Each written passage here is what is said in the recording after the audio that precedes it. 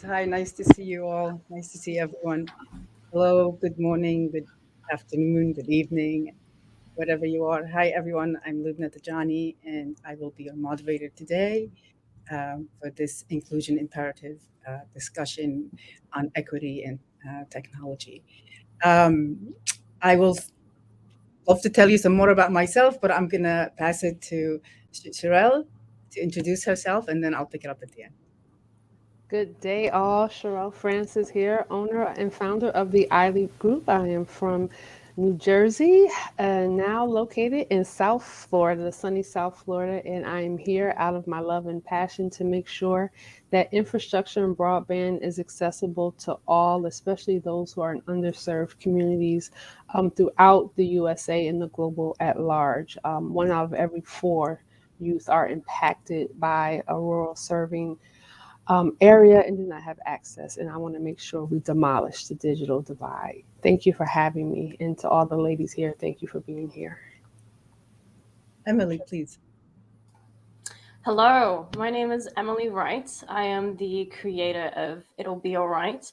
My interest is founded mostly in the psychology of discrimination and looking at how technology amplifies discrimination and looking at how by monitoring patterns in our algorithms and patterns in our technology, we can learn more about the human condition and learn more about human psychology and how we can address issues such as discrimination using our technology.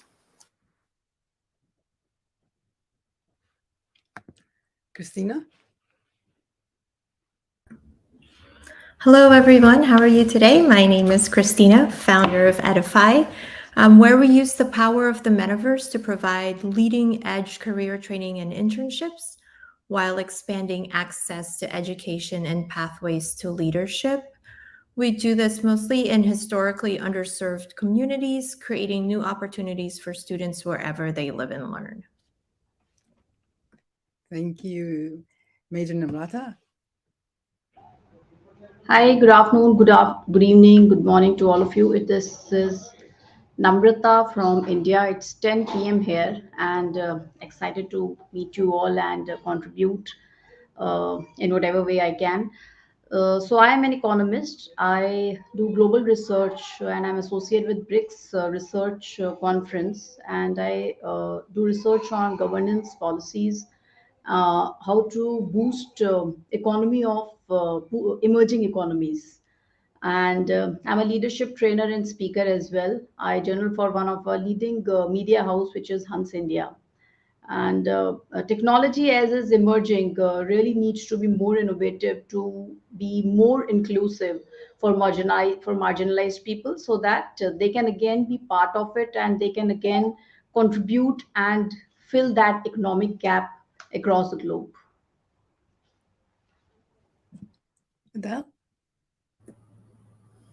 Hello, my name is Edel Joyce. I am the product lead for a product that's called Webex Hologram. My background is engineering. I am based in Ireland, on the west coast of Ireland, in Galway.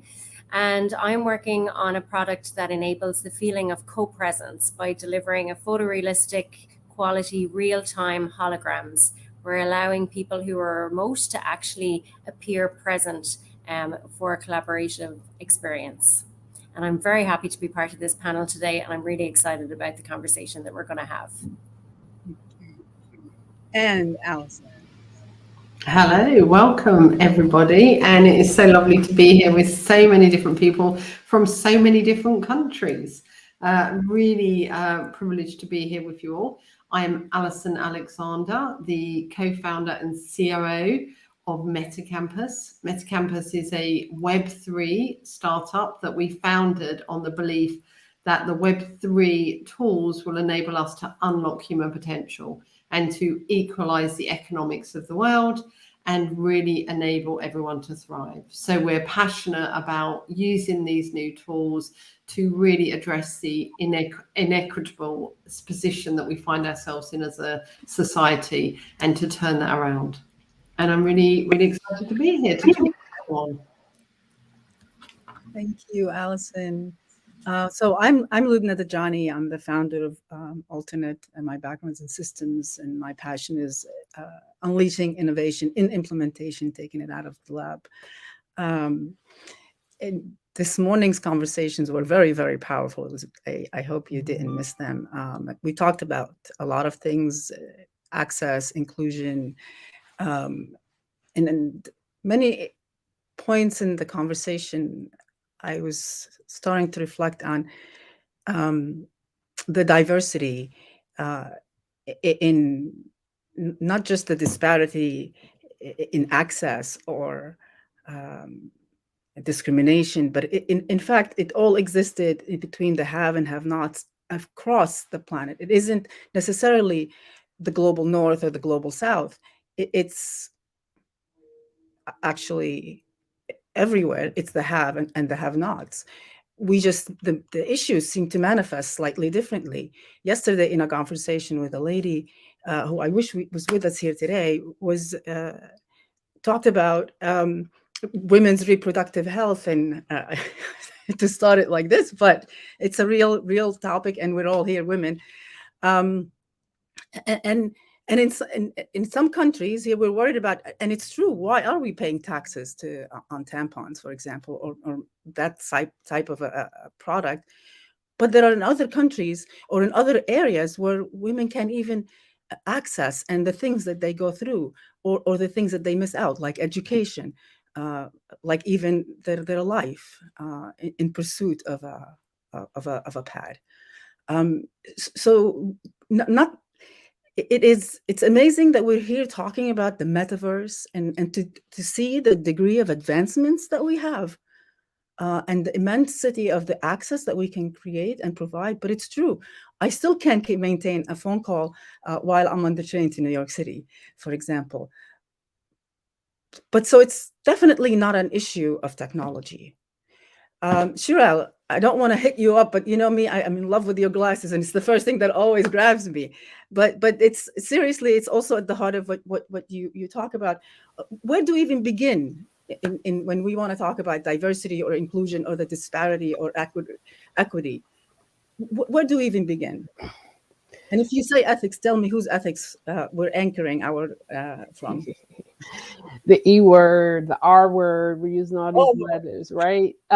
So we talk global. You know, I begin with the C word, citizenship, right? And what makes us a citizen, and civil rights and ethics. It becomes about the human matter. And at the end of the day, I'm always reminded of my grandfather's words, who was a change agent. He who asks the questions leads the conversation.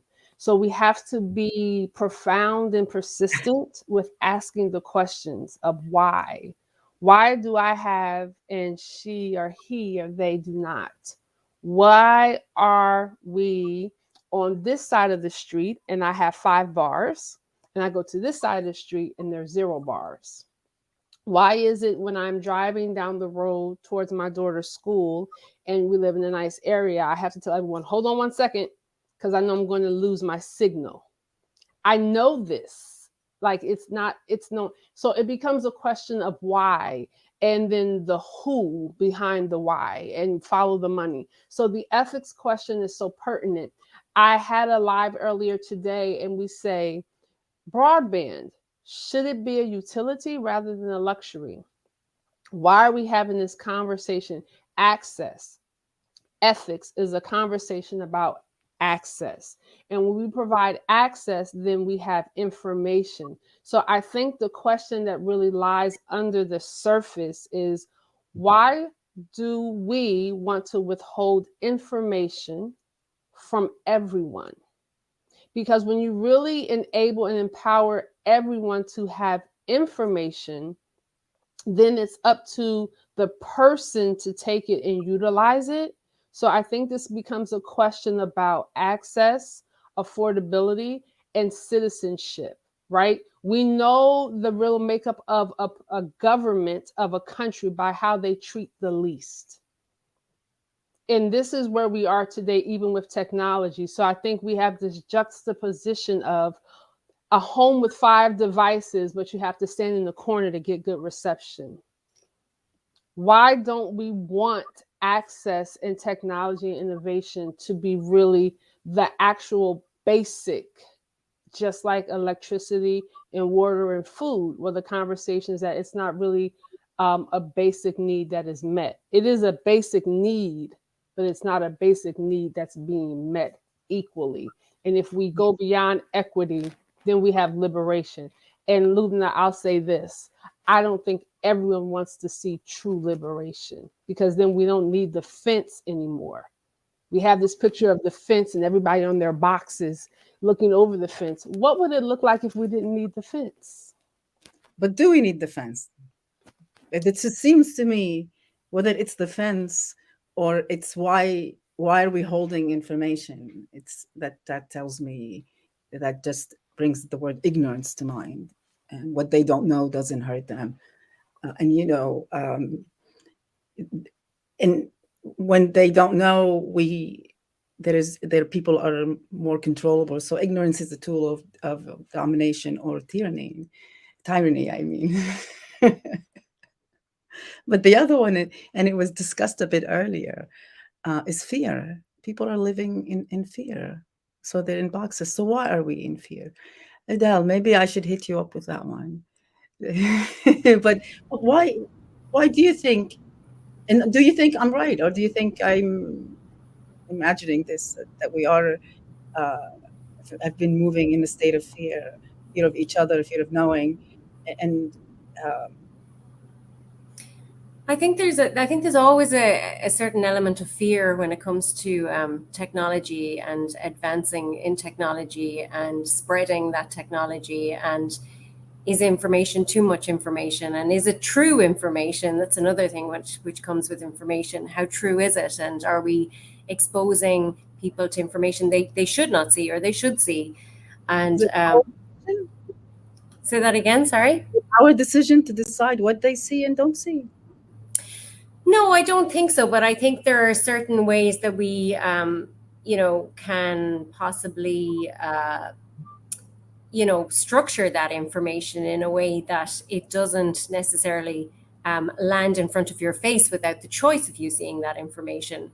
So I think there is a certain, I wouldn't say control, because control is completely different, but putting a structure around that information and also spreading that information, as you said, like you want everyone to have that. It's not up to us whether they should or they shouldn't. They all should have it. Exactly what Sherelle said. It should be like something that, you get like food and water, you get access to it. You don't want to withhold it. And why would you withhold it? But then give them the choice to what they do and they don't want to see. They can.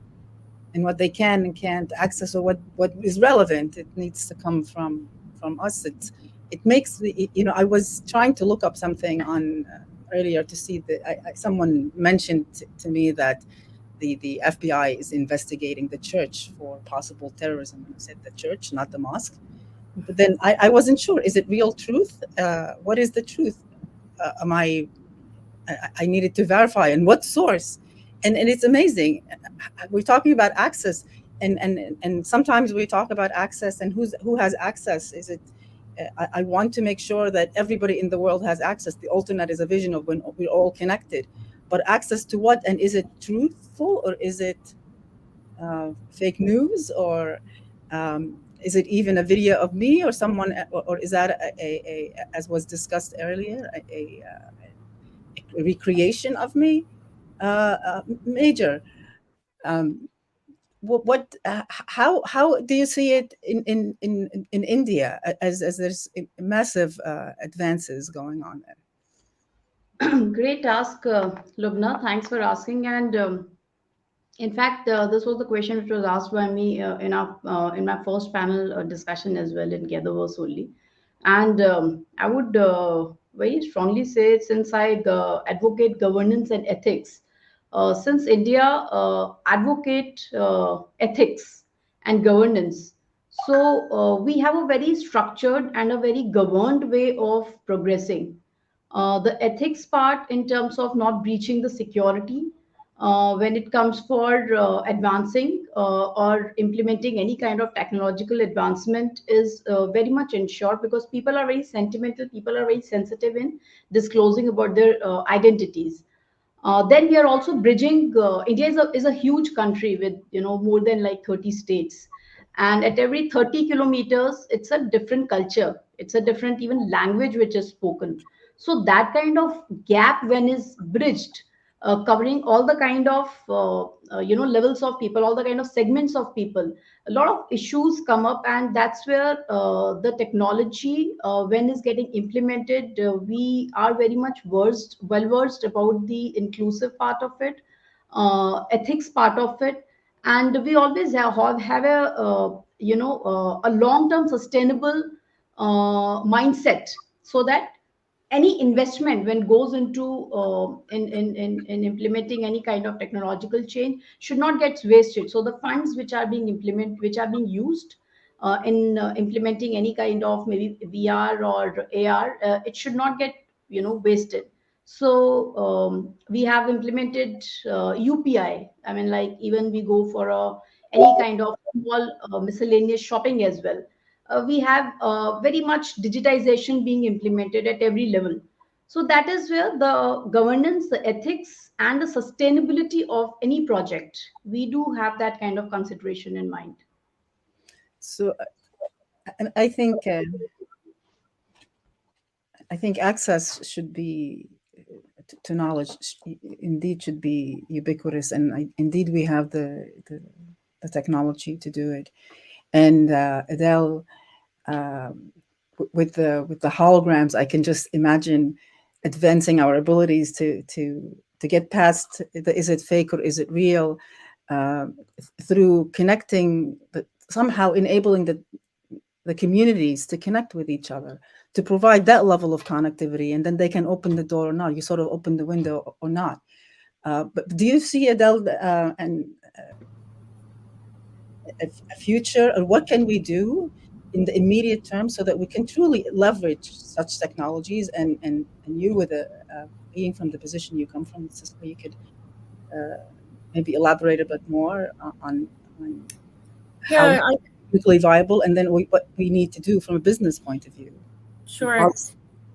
Yeah, sure. So, I mean, with the technology that we're working on today, we actually, the approach we took to this was to strip away the technology and to look at the person and the human, and about representing the person. So we didn't start, even though we're like a very technical company, we didn't start with the technology problem that we were solving, but actually with how we ensure that we keep the person present and how we ensure that the person is represented.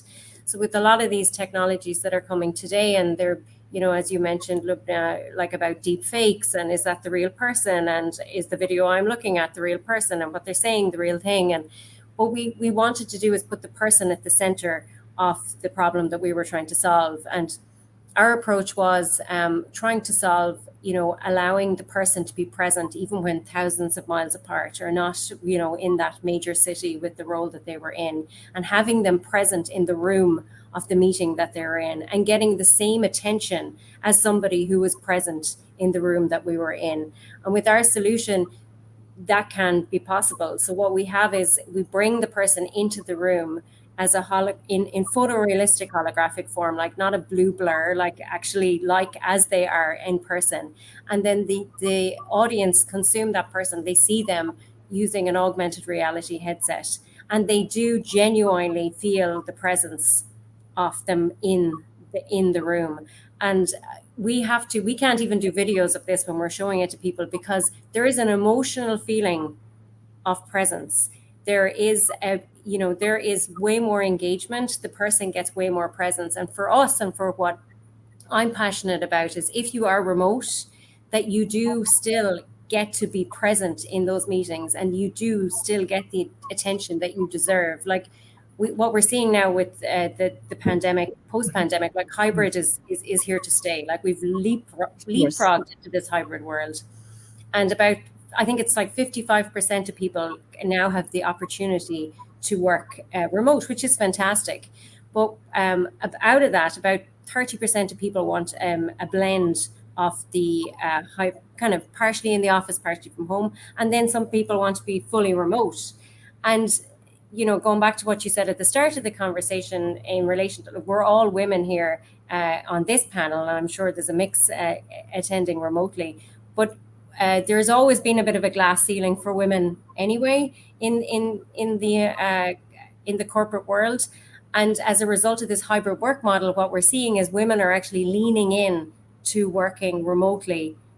And so they should, and that suits their work-life balance more so. But what we don't want to do is bring in an additional problem for them to not feel that they are present in the meetings, to not be represented, to suddenly get less of a chance to being promoted because they are suddenly more of a chance.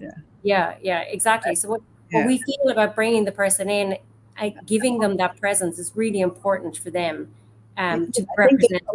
A lot of a lot of amazing applications. Just bringing emotional connection, being close to someone that you wanted to be near, and there's just you have no physical way of being next to them. I can, if it was pervasive during the lockdowns that created so much emotional distress for people, it might have been a bit more. But Emily, Christina, and Allison, what do you think about this? Clearly, we have such extreme of access to technology. I mean, again, there's no shortage of amazing technology. Where is the shortage? And with that, how do we uncover the opportunity? Because I think we have an amazing opportunity right now. It's a short window to reset while we're in the process of a reset, the trajectory. So whoever wants to go first, unmute. And please, thank you, Christina. Well, so for our work in Edify, for example, where we started in the Philippines, and there is access. However, it's not all equal access, of course, and a lot of that is exacerbated by being in a developing nation. So a lot of the work that we have is creating those on-ramps to kind of give that gentle nudge to people and say, hey, look at what's available. Look at this. It will give you a lot more access, right? The idea of decentralization, for example, that's a large idea for someone who has been in a society where everyone is given sort of all of these rules. So you kind of have to give gentle nudges and say, hey, why not explore this, and give them that confidence to go through it, and it will be safe. I think, as Edel was saying, it's very important to create a safe environment where people aren't getting into situations where they find themselves in even bigger trouble because they entered into something that, oops, that link was awful. So it's that for us, that's really where we're coming at it from, giving opportunities even where, hey, let's use this cool technology. For us, it's VR combined with Web3 technologies that allow you to get certifications, for example. And so getting you sort of accustomed to that idea, and you now owning those certifications and having control of who sees them and what you do with it. That sort of idea, I think. Yeah, we definitely can have a whole session on identity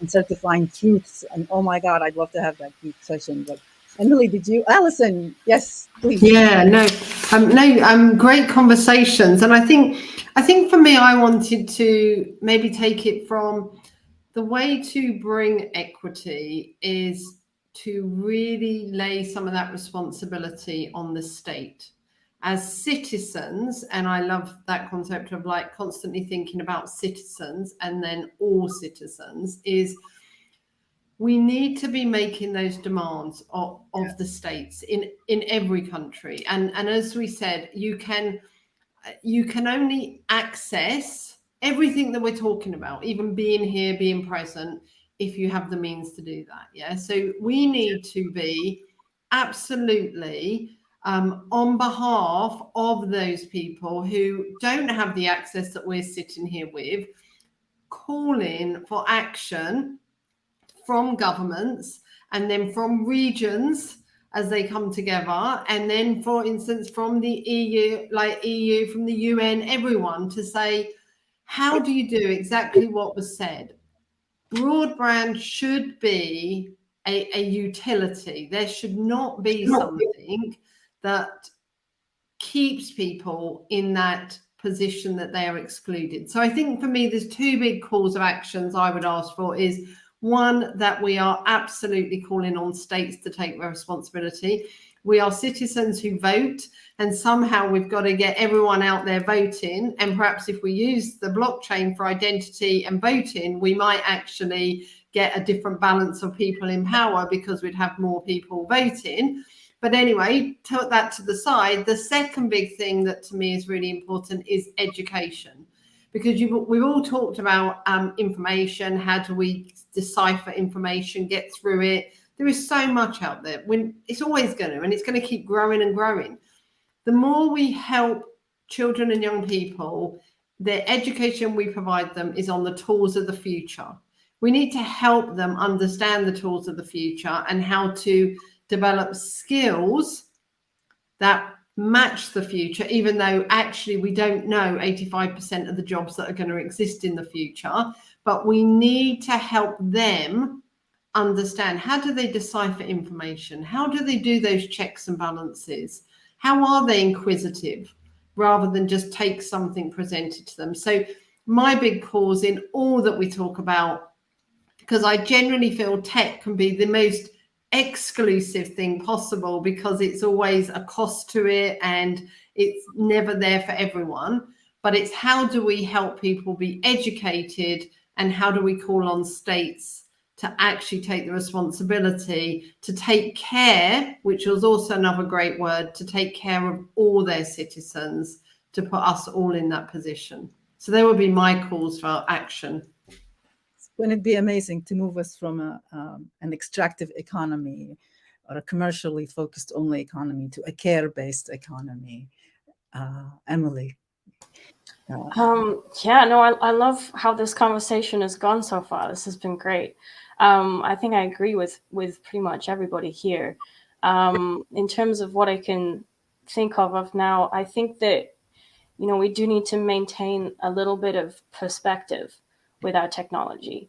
Like, the fact that we are here having this conversation shows that we have a certain level of privilege because we have access to this technology. And I did a panel at the She Summit, and I had someone reach out to me afterwards, and they kind of made an excellent point, which is, we're talking about accessibility, but the people that we're trying to get access to don't have access to tell us how we can help them get access, Exactly. And I think that, we see the benefits of our technology, and it has allowed us to connect across the world. And this conversation is evidence of that. But we also need to make sure we don't forget everyone else, we can talk about trying to get headsets to people, trying to get phones to people, but there are so many people out there who are just concerned about water, and we do need to maintain that perspective. Because obviously digital elitism is something that we do need to seriously consider moving forwards. And we also need to make sure that we don't isolate ourselves by committing to technology. And at the same time, we do obviously recognize that technology has been massively beneficial and that it can help so many people in so many ways. And I very much believe that information should be a basic right. And as extension, the internet should be a basic right. Because, hi, Astro. Thanks. This is really bad timing. I'm kind of in the middle of something. Dude, can you just This would be normally myself. This is Astro. He doesn't like it when the attention isn't on him, so he's just sitting here now. But yeah, no, that's basically, I think everyone has made some excellent points there, and I agree with it. And it's all goes to show that we genuinely, it's not a shortage of innovation or technology, and it's important, I think, to note that we are gathered here under the banner of GatherVerse, and we think a lot about the metaverse. But the metaverse in many ways is another iteration at us projecting what is in our Second Life some in the 90s. If any of you remember that.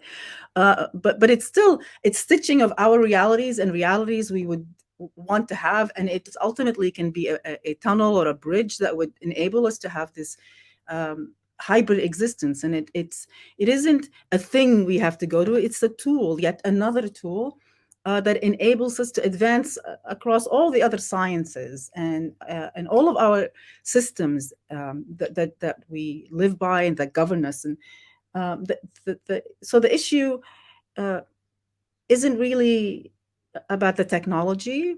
It's actually keeping up with the pace and where we direct our efforts, where we place emphasis. So all of that is grand, but our economic models still are not necessarily, and the systems that we are governing ourselves by, the framing that we live by, where we think what we can and can't do, is the limiting factor.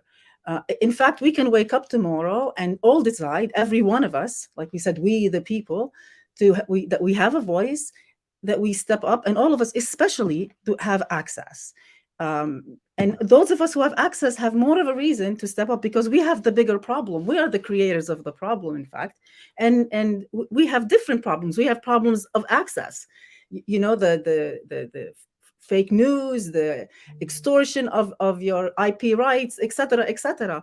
So the fact is, and correct me if I'm wrong, and just rapid fire, do we need to change our economic systems, and do we need to address this? I think your point, Allison, that we need to step up to the plate, each and every one of us, and start electing to stand up for the causes and the things we believe in, rather than electing someone else to speak on our behalf. And then, well, we know the rest of that story. Please. Well, it's both, isn't it? Isn't it? It's us stepping up and also electing the people who are going to speak on our behalf, who represent us. We have for so long been represented by, in the UK, I can talk about specifically that those who elect the people who represent us are generally in the top age brackets of society. And so they are absolutely, the older age brackets are therefore electing the people who are going to represent us, and they're representing people who generally look like them, because we like to do that. And there's people who are there that look like them, so they're the ones that get elected. I mean, and actually, they will also advocate for their roles. I used to be the CEO of a council in the UK, which is run by elected members. And actually, those who were elected were there because the older age range had elected them. So when it came to prioritising budgets and how they should spend it, they will want to ensure that those who elected them are seeing that they gain from being there. So therefore, is the money spent on parks, or is it spent on pavements or car parking for the older people? That's what starts to do it. And so you're right, we have to step up. We have to demand more from the state, because they have the power to secure that inclusivity that we are all seeking. And I have to say, you saying inclusive, I'm really grateful to Chris and the GatherVerse for making this as accessible as possible. Because if I'm invited yet to another exclusive event to talk about inclusivity, I'm going to shoot myself. But please, exactly. What else? Any of you, please just take off the mic, unmute your mics. Let's have a conversation about this. We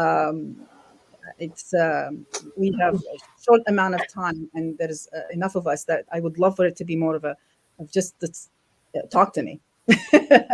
I want to go back to the comment about disparity. And so I recalled, I believe it was about a year ago the report came out. My mind's going back.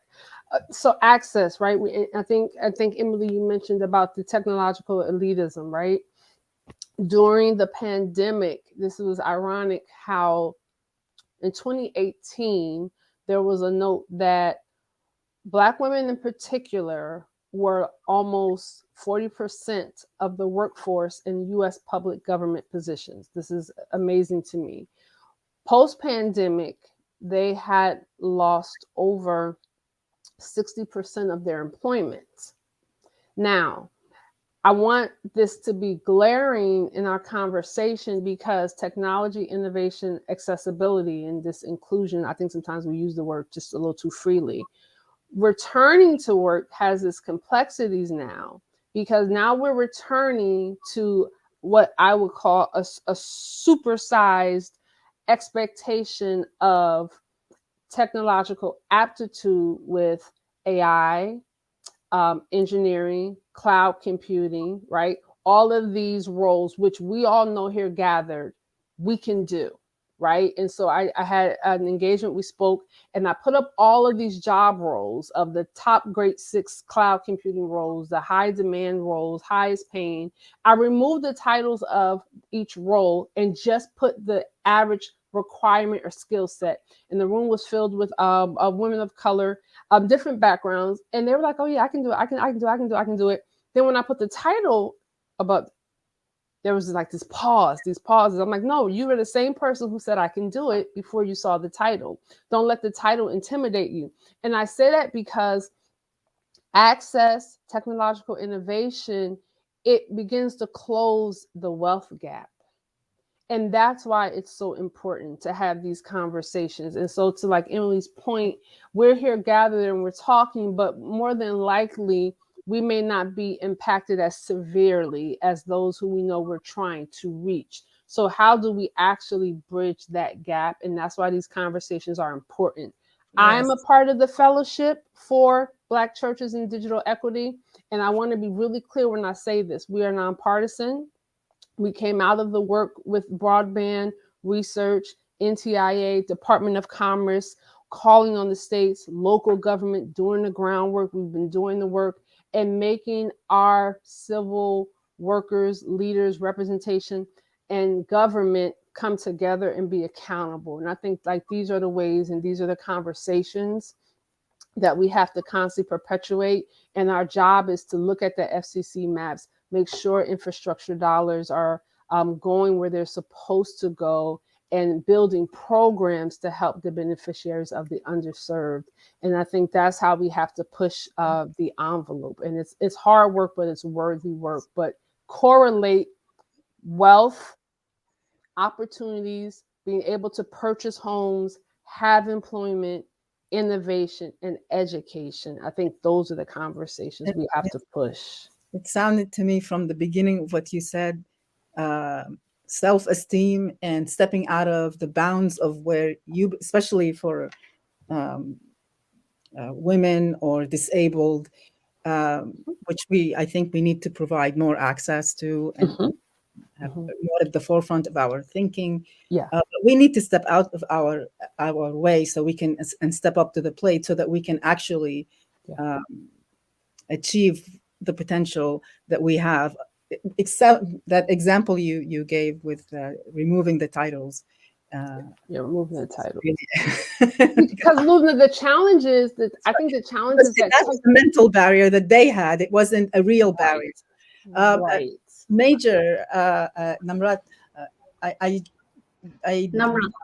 Yeah, I don't want to miss, but you know you have the military experience. Yes. How do you see how do you see, and maybe this is a very bad question, but Go ahead. It hurts me that we still fund things to do with war, or that we are in the same breath like thinking about defense in the form of missiles and applying any technology, because that's also technology. That is also technology that is saving a human life, like that. That is saving any life, that is saving the planet. And yet, can government be reformed such that we redirect to the advances of humanity rather than this rapid self-destruction? That's a wonderful and a very profound question, Lubna. And and the kind of situation we are in right now. I mean, the globally, when we see the Ukraine-Russia thing going on, China kind of, China Taiwan, we are expecting. I don't want to dwell more into it in this forum, but definitely, see, wars take place at a very, very different way altogether. They have very different, agendas, and they have very different mindsets altogether when war breaks out. Because in every country, be it any country in the world, small little operations keeps happening in borders. Yet, when a war breaks out, there's a massive amount of economic resources, human resources, missiles, ammunition, all these things comes into play. So war of formal official war breaks out only and only when things goes to an extreme level. And we can see that how Ukraine and Russia are kind of progressing, and there are talks on even missiles. Nuclear power as well, use of this thing. It's not Uh, a vacuum, shift right? It's not happening in a vacuum. Countries are support. It's like we're having Yeah, this. countries are definitely supporting. Yeah, so we extended our hand when refugees were. There's a very big NGO, Akshay Patra, which has extended its outlets almost across the world, and their kitchen in London extended their supply chains to Poland, and all the kinds of foods were given to refugees in Poland. So yes, definitely, we are definitely the neighboring countries, all the countries, the entire world, comes ahead when such kind of situations come, and or rather, I should say, emerge. And in fact, India has a policy of Vasudhaiva Kutum, so that the world is one, and that's how we are Yes, leading our G20, presidency as well. Having said that, done that, I'm just reminding one of a very famous quote of Steve Jobs, where he says, "Technology by itself does not make leaders. Technology only amplifies true leadership." So, of all the kind, sorry. yes, I'm agreeing that it amplifies what is within. Yes, so we are talking about marginalized community. We're talking about inclusivity. We're talking about racism. We're talking about women. All these things, and we're talking about hybrid work culture and all these kind of things. So technology will emerge. And when we are given that kind of work from home or remote work, and today also we all are working from home, and but still we are connected. So the leadership is emerging. The technology cannot be set aside. It is, if technology is emerging, then at least then that is the time where we are actually realizing what true leadership is, and how true leadership is kind of emerged. So that's what I would like to say. And there was one very great app which was developed by PwC. They Mhm. launched a digital fitness app available for free download. And this app enabled people to round out their knowledge and understanding of technologies shaping their world. So, this kind of initiative to digitally upskill the world is an example of how technology can really give back to the community. And Yes. then you spoke about this model. I'll just pitch in a bit. From the model developed by Jackson et al. In 1989, we have already concluded that steps that may be taken empowering the marginalized through community work are developmental casework, then are by mutual support, issue identification, campaigning, community participation, and social movements. So this is the kind of model, proven model, rather I should say, which has already been developed, years before in 1989 when things were started in this kind of era. So I think all these models, even I do research, and I do, mentor startups and entrepreneurs.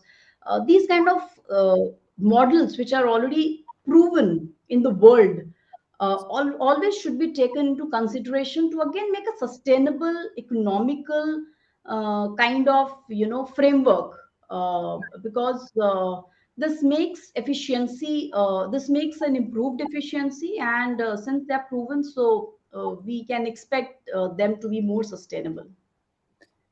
Thank you for that. And that still, Christina, do you, if I and then Emily, please, on this, because at the end of the day, I still think we need to activate the people who have access, and we need to be able to better listen to who doesn't have access, and in what way they need the access. And there is a shared learning, because it's both sides. I mean, we want to extend access. We think we want to extend access because we do the right thing for those who don't have digital access.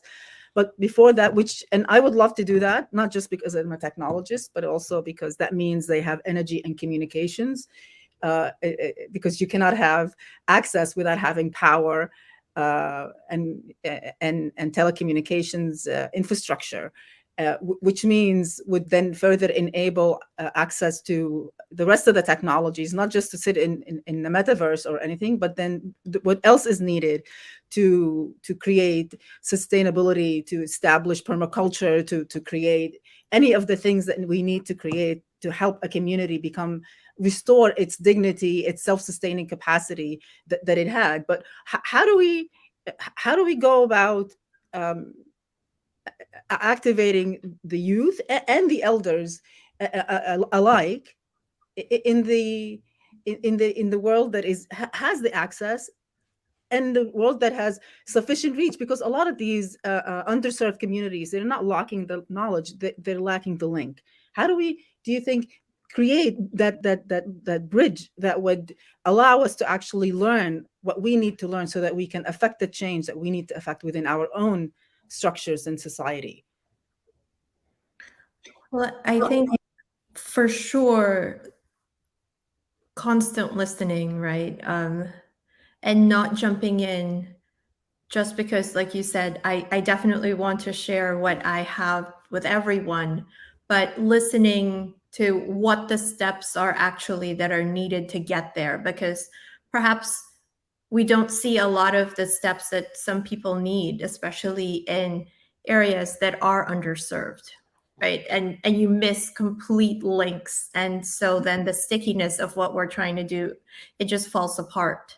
So this well-meaning of, yes, I want to get this done, perhaps it's a much slower process than we would like it to be, but that process of going through that slowly will ensure its stickiness. And remembering too that what works in one space may not in another community, right? This transference, some of course is transferable, but a lot of it is not, because things are just different in different areas.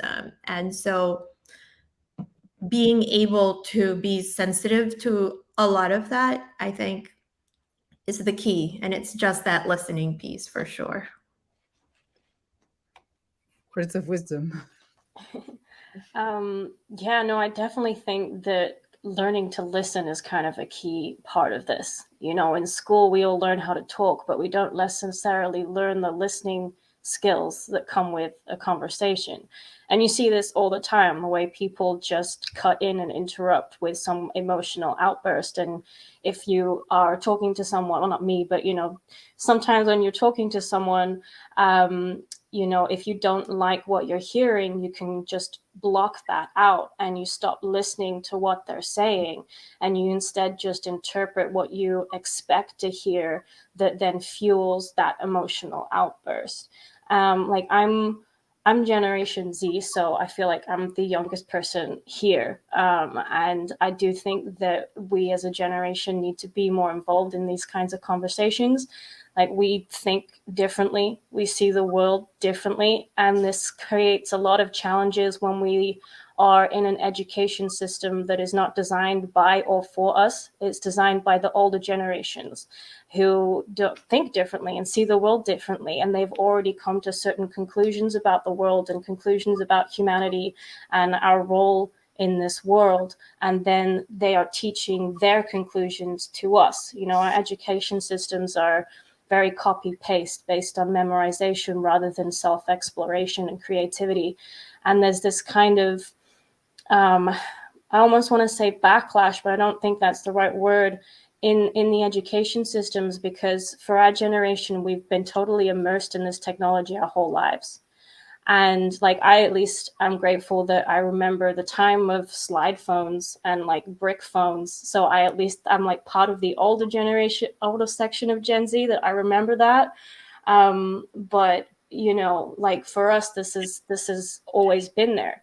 So then when we go into an education system based on memorization, where we have to memorize dates and we have to memorize things that other people have done, it's kind of insulting to our intelligence, because we have the internet. Like, we can just ask our phones and we'll get the answer. So for us, it's not necessarily cultivating us to be the best people that we can be, if that makes sense. And then it's kind of funny when we talk about like voting and stuff like that. And like, I do believe that, free access to information is crucial for us to move forwards and to come to our own conclusions. But we need to have the education in how to process that information, how to approach information, and how to identify bias, and then how to deal with that bias once you're faced with it. So the problems arise in like our voting system, where the older generations take up a lot of the votes, just because they are more involved in that. But they are from a different generation pre-internet. So when they're doing their own research on the internet, they're going to be more susceptible to misinformation, because they didn't learn about how to identify that in school. So it's kind of this funny little balance there. Like for me, I want more people of the younger generation to get involved, and it's great to see that the Fridays for Future movement has really picked up a lot of attention a few years ago. But there's still so many people that don't vote just because they feel like they have no power.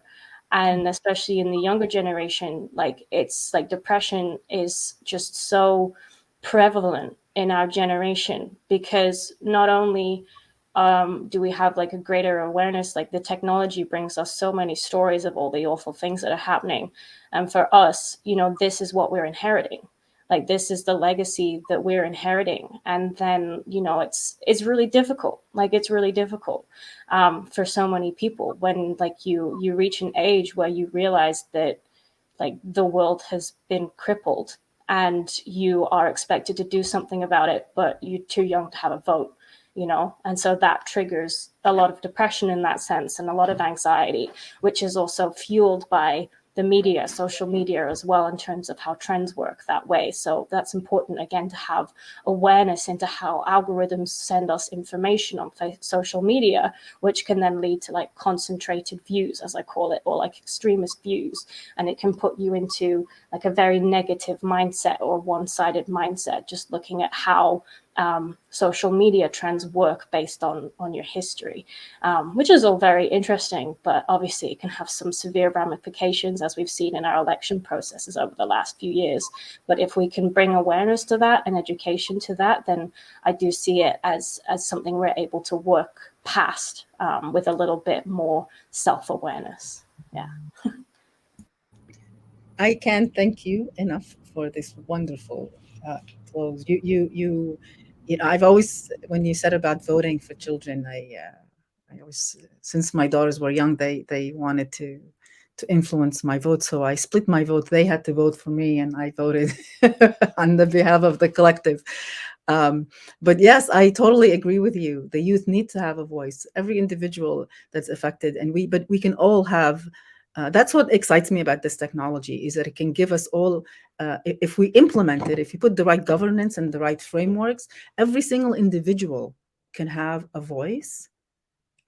Even if that voice is to use as an extension, like when you stack on each other. But rather than stacking up, that we stack out and we assist each other, that what is good for us is what is good for the collective and the community. I mean, Earth is like a beach ball. You put a hole in it in one place. It's not like the rest is going to sit pretty. It just demonstrates immense ignorance on our leadership. So I really apologize, Emily, to you and all of the young people for how we've behaved, and also for the elders that we have disrespected in the way we've handled ourselves in the name of profitability. So if we just shift how we measure success and profitability by the well-being of human dignity, by fun, by the joy of life and gratitude, I think everything would be changed.